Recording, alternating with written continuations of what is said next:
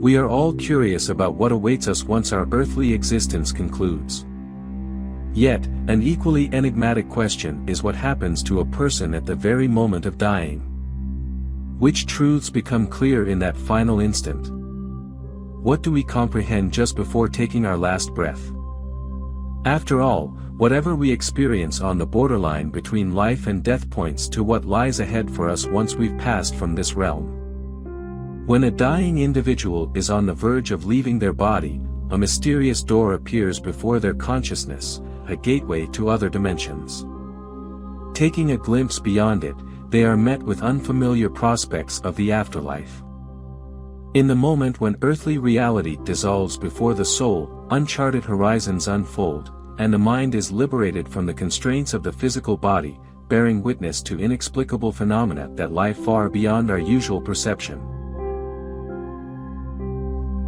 Watch this video to discover what those who lingered at this critical stage have reported. Their stories stretch the limits of imagination and prompt deep reflection. You will also learn about an incredible revelation by the distinguished scientist Andrei Gnezdilov, an insight that radically alters our perspective on this topic. After our earthly life ends, our personality does not simply disintegrate. Once this phase is complete, we only change our state of consciousness. This conclusion is corroborated by how people behave as they are about to pass away, and especially by the accounts of those who have undergone clinical death. These are not abstract speculations or vague theories, they are findings backed by years of scientific endeavor and observations of individuals in their final moments.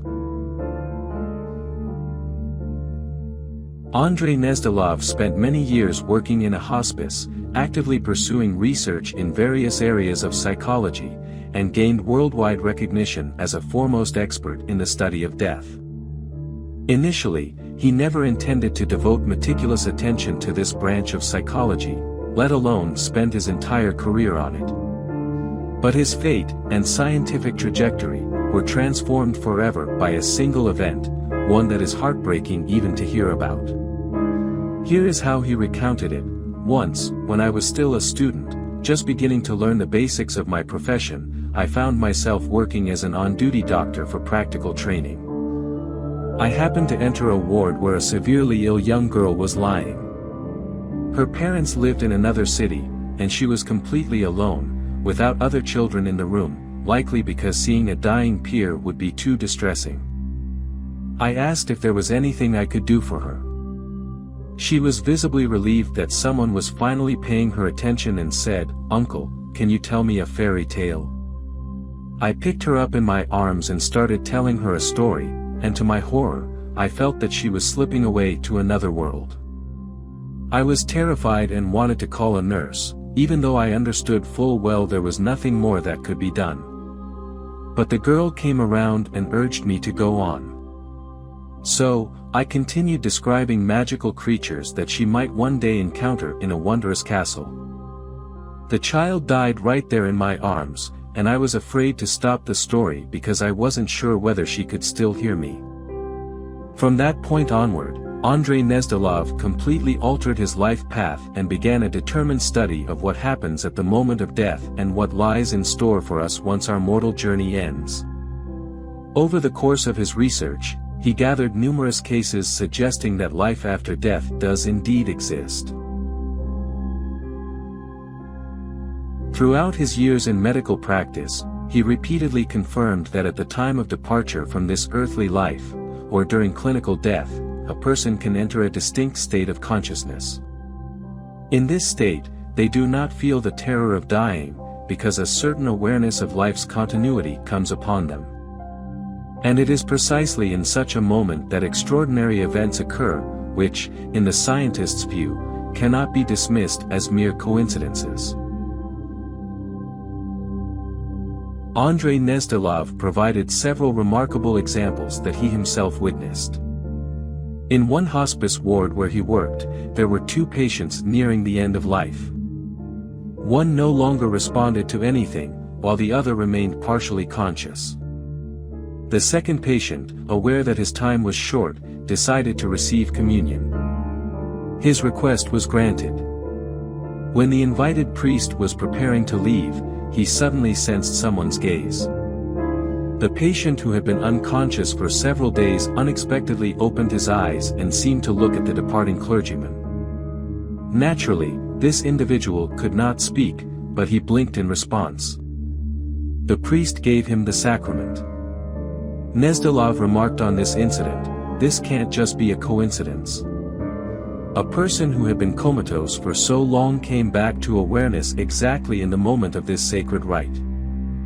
I have no doubt that his soul perceived what was happening. This patient died immediately after receiving communion. And at the moment his soul left his body, a single tear rolled down his cheek. Moreover, at that instant, the atmosphere in the room was one of profound serenity and illumination, a sense of grace that accompanies the blossoming of spiritual consciousness. Further observations and studies revealed that, in such a state, people may experience particular visions that alert them to their imminent passing, though that is not all. As an example, Gnezdilov recounted a case involving his own family acquaintances. A dying elderly woman summoned her daughter and told her to go fetch a priest. The daughter was puzzled by this request. In the village where they lived, the local church had been in disuse for many years. "Where do you want me to go?"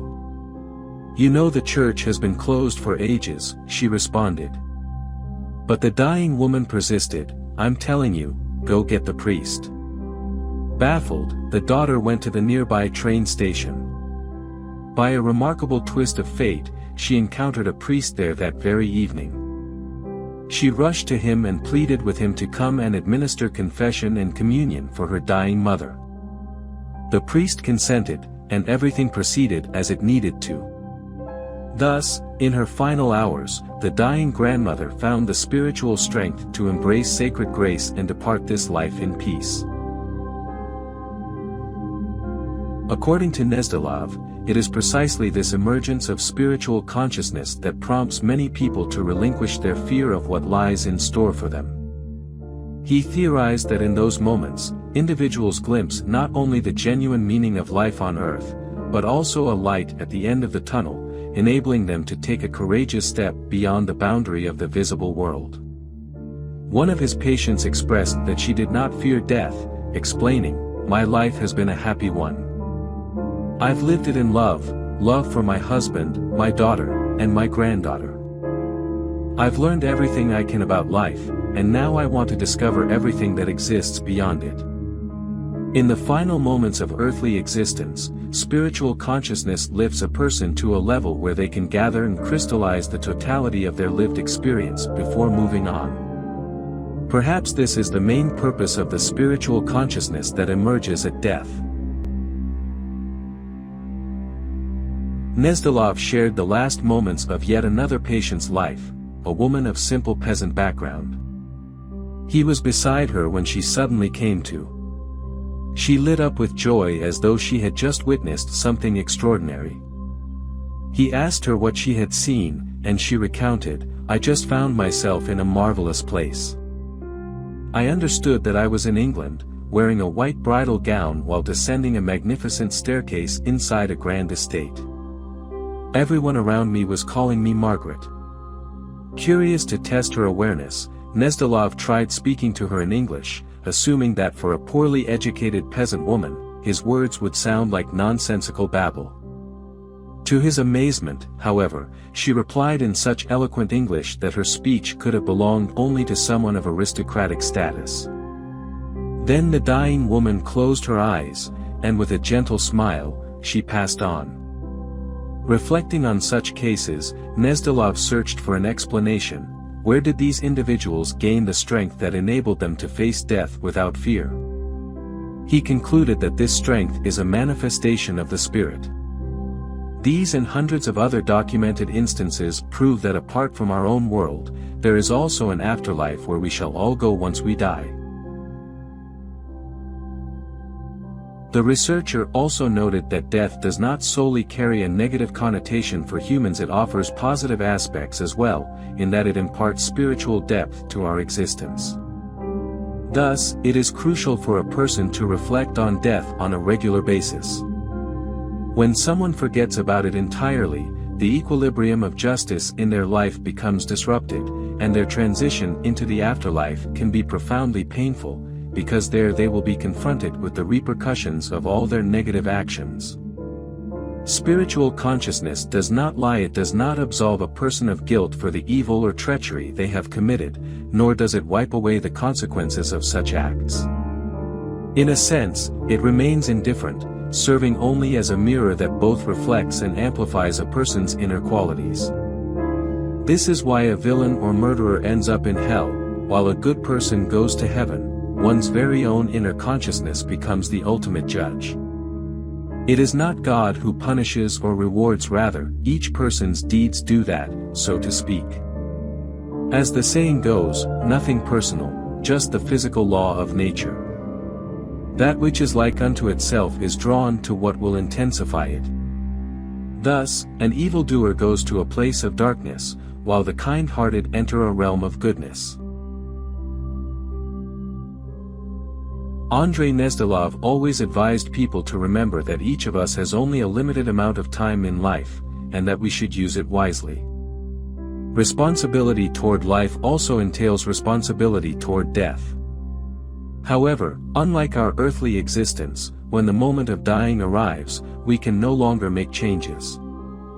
Certainly, each individual decides for themselves what to believe and how to regard death, both in general and their own in particular. Still, it is worth heeding Andrei Gnezdilov's words. Such a serious scientist would hardly devote so much attention to trivial nonsense. He spent decades observing how people die and was able, through their experiences, to peer beyond the boundary of earthly existence, witnessing realities that other researchers either fear to acknowledge or outright deny. Share in the comments below what you think about all this. Have you ever felt the sort of spiritual consciousness that this renowned scholar described?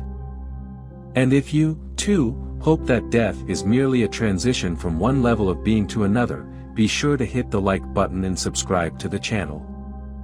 Thank you so much for watching, wishing you all the best and much kindness.